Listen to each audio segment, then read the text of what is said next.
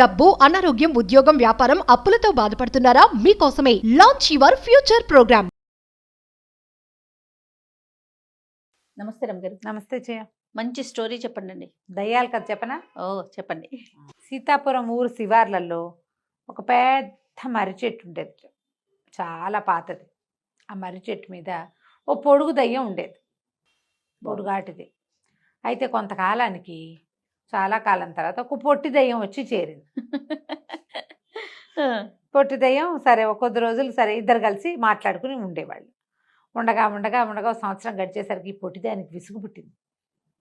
ఏం బాబా ఇక్కడ ఉంటాం మనము, చక్కగా ఊళ్ళోకి వెళ్ళిపోతే నగరాల్లోనో పట్టణాల్లోనో పల్లెటూళ్ళల్లోనో ఉంటే హాయిగా మనుషులతో కాలక్షేపం అవుతుంది. ఎంతసేపు నా మొహం నువ్వు, నీ మొహం నేను చూసుకుంటాం, ఎవ్వరూ లేరు. కాలక్షేపం ఎట్లా మనకి?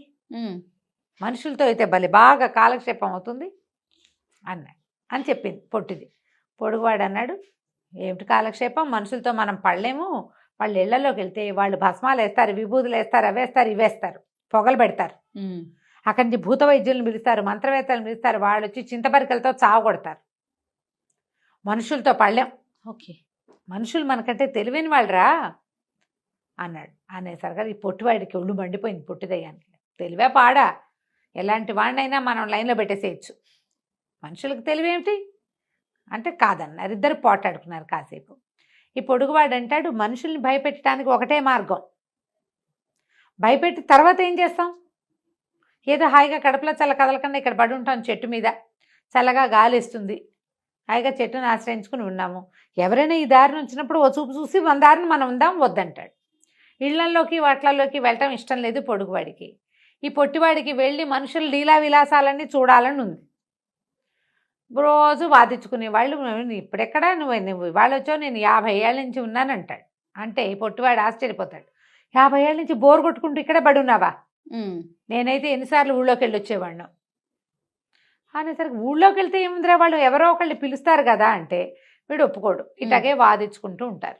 ఒకరోజు ఏమైంది, ఒక కోమటి సీతయ్య గారు ఆ దారి వెంబడి వస్తున్నాడు.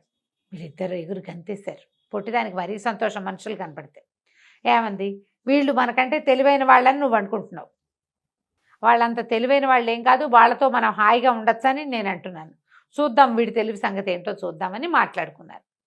మాట్లాడుకుంటే ఆ సీతయ్య ఇటు తిరిగి ఆ మర్రి చెట్టు కిందే చల్లగా ఉంది, చెప్తా ఏదో చేసింది పాతకాలపుది, పోయి గావం చపరుచుకుని అక్కడ కూర్చున్నాడు. ఓకే, చెట్టు కింద కూర్చునేసరికి ఈ 2 దయ్యాలు దిగితే ఇప్పుడు మన వేషాలతోటి మనం దిగామనుకో వీడు భయపడి పారిపోతాడు. వీడితో మన కాలక్షేపం ఎలా అవుతుంది? దయ్యాలను చూడంగానే వాడు గిరికీలు కొట్టి పరిగెత్తాడు, లేదా పడిపోయి గుడ్లు తేలేస్తాడు. అవును. అందుకని ఇద్దరు పల్లెటూరు వాళ్ళలాగా వేషాలు వేసుకుని ఈ 2 దయ్యాలు వచ్చి ఇక్కడ కూర్చుంటాయి. మీదే ఊరంటే మీదే ఊరు అని చెప్పుకుని ఈ కోమట ఆయన చెప్పాడు, నా పేరు సీతయ్య, పక్క ఊళ్ళో ఏదో పనుండి వెళ్ళొచ్చాను అన్నాడు. అనేసరికల్లా ఇద్దరు కలిసి మాట్లాడుకున్నారు. వాళ్ళిద్దరూ వీడు ఏంటంటే ఎవరు తెలివైన వాళ్ళు, ఓ పందెం సరదాగా కాలక్షేపంగా పందెం వేసుకుంటే బాగుంటుంది, ఏదైనా పందెం వేసుకుందాం, ఎవరు తెలివైన వాళ్ళు తెలుస్తుంది అన్నారు. అనేసరికల్లా సీతయ్య అన్నాడు, పందాలకేముంది, బోల్డ్ పందాలకు నేను ఎప్పుడూ రెడీ అని అన్నాడు. అక్కడి నుంచి వీళ్ళిద్దరు ఏం చేశారు, ఓ పక్కకి తిరిగి వాళ్ళు మాట్లాడుకుంటుంటే డబ్బులు లెక్క పెట్టుకోవటం మొదలుపెట్టారు. చెరుకో మూట తీశారు ఇంతంతవి, అందులోని ఇన్ని కాయలున్నాయి, ఇందులోని ఇన్ని కాయలున్నాయి. ఆ మూట చూసేసరికల్లా వీడి కళ్ళు జిగేలమన్నాయి సీతయ్యకి.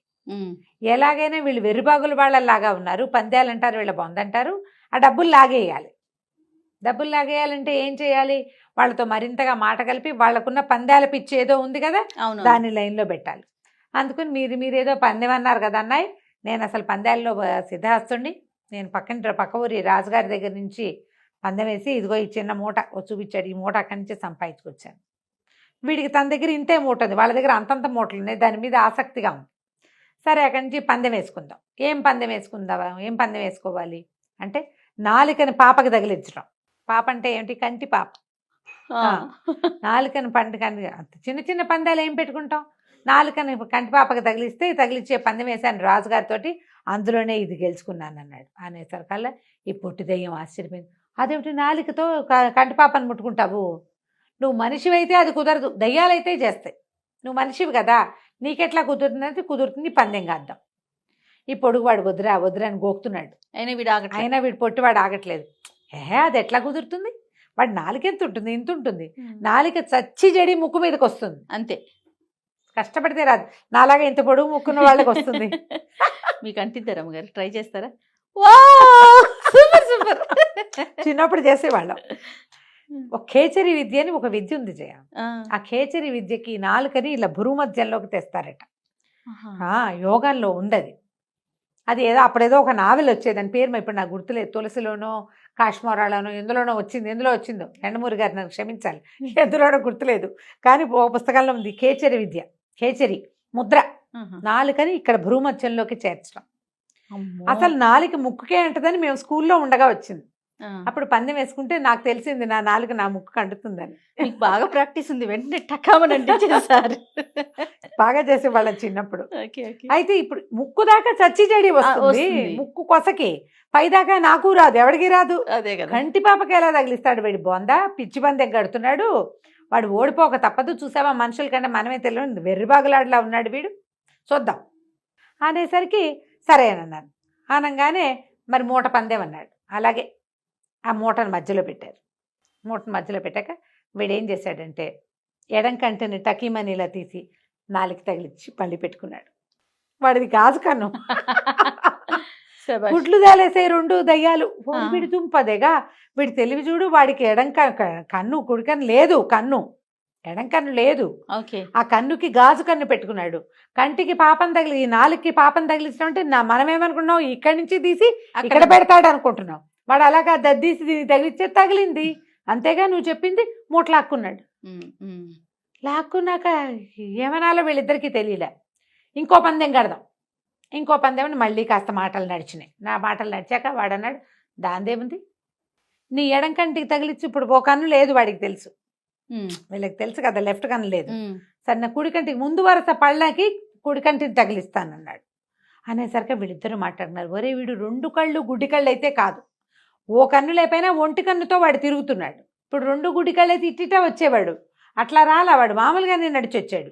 కాబట్టి ముందు పళ్ళ వరసకి ఈ కన్ను తగిలే అవకాశం లేదు, చూద్దాం ట్రై చేద్దామన్నారు. మళ్ళీ పందెం అనగానే పెట్టండి మూట అన్నాడు. ఓ మూట లాగేశాడు, రెండో మూట పెట్టించాడు. వీడిద్దరు ఇట్లా చూస్తున్నారు ఆసక్తిగా. వాడు పై పళ్ళ వరస తీసుకెళ్లి కంటి మీద పెట్టాడు. తగిలిచ్చాను చూసుకోండి అన్నాడు. ఓరి వీడికాడు పొడక, వీడికి ఇన్ని తెలివితేటలున్నాయి. ఈ వెధవ ఒక కన్ను గుడ్డి కన్ను, ఓ ముందు పళ్ళు ఎత్తు పళ్ళతోటి, పెట్టుడు కళ్ళతోటి వీడికి ఇంత పని చేసేసాడు. చేసేసరికి వీడిద్దరు మొహమొహాలు చూసుకున్నారు. పొడుగువాడు అన్నాడు, ఏరా మనుషుల సంగతి చెప్పానా నీకు, వాళ్ళు పరమ తెలివైన వాళ్ళు, మనం వాళ్ళతో గెలవలేం. వీళ్ళని గెలిచేందుకు మన దగ్గర ఒకే ఒక మార్గం ఉంది. ఏమిటి మార్గం? ఏం గెలుస్తాం, నా బొంద రెండు మూటలు వాడు లాగేశాడు కదా, రెండు మూటలు మన వాడు ధర్మంగా వెళ్ళాలి. పందెం అన్నాక పందెమే కదా, పందెం కట్టాం, వాడు మనం చెప్పిన పందెనికి ఓకే చేసేసాడు. పందెం డబ్బులు వాడి చేతికి ఇచ్చేసాం. ఇప్పుడు ఏం చేస్తామన్నాడు. ఎందుకు, రెండు మూటలు లాగేస్తాను చూడన్నాడు పొడవాడు అని. పొడుగువాడు చెప్తున్నాడు. పొడుగు ఇద్దరు ఆలోచించుకున్నారు, కుదురుతుందా అని. పొడుగు అంటే నాది గ్యారంటీరా, నేను చెప్పినట్టు చెయ్యి అనగానే ఈ లోపల ఈ సీతయ్య ఈ రెండు మూటలు దక్కిన ఆనందంలో కాస్త అట్లా బాగన్నుగా కళ్ళు మూతలు పడుతున్నాయి వాడికి. ఎండ వెళ్ళేటప్పుడు చెట్ల కింద కూర్చుంటే చల్లగాలికి నిద్ర వస్తుంది. పొడుగువాడు అన్నాడు, ఒరే ఈ వేషం తీసి మన ఒరిజినల్ రూపం చూపిస్తే చూడు వీడేం చేస్తాడు. ఇద్దరు కలిసి ఒకేసారి దయ్యాల రూపం నడుస్తూ లేచి నిలబడ్డాయి. నిలబడగానే ఒక్క ఉదుటం లేచాడు. సీత ఇద్దరిలో ఉన్నాడు కదా, మెలకుగా ఉంటే కొంచెం ఒక మాదిరిగా ఉండును. సడన్గా రెండు దయ్యాలు ఇట్లా నడిచి మీదకి వచ్చేసారు కల్లా.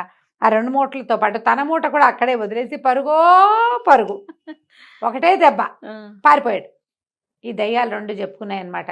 50 సంవత్సరాల నుంచి దాచిపెట్టాం, ఈ డబ్బులు వీడు కొట్టుకుపోయాడు అనుకున్నాం, పోన్లే వీడి తెచ్చిన మూట కూడా మనకు దొరికింది, ఇక మనుషుల జోలికి వెళ్ళకూడదు.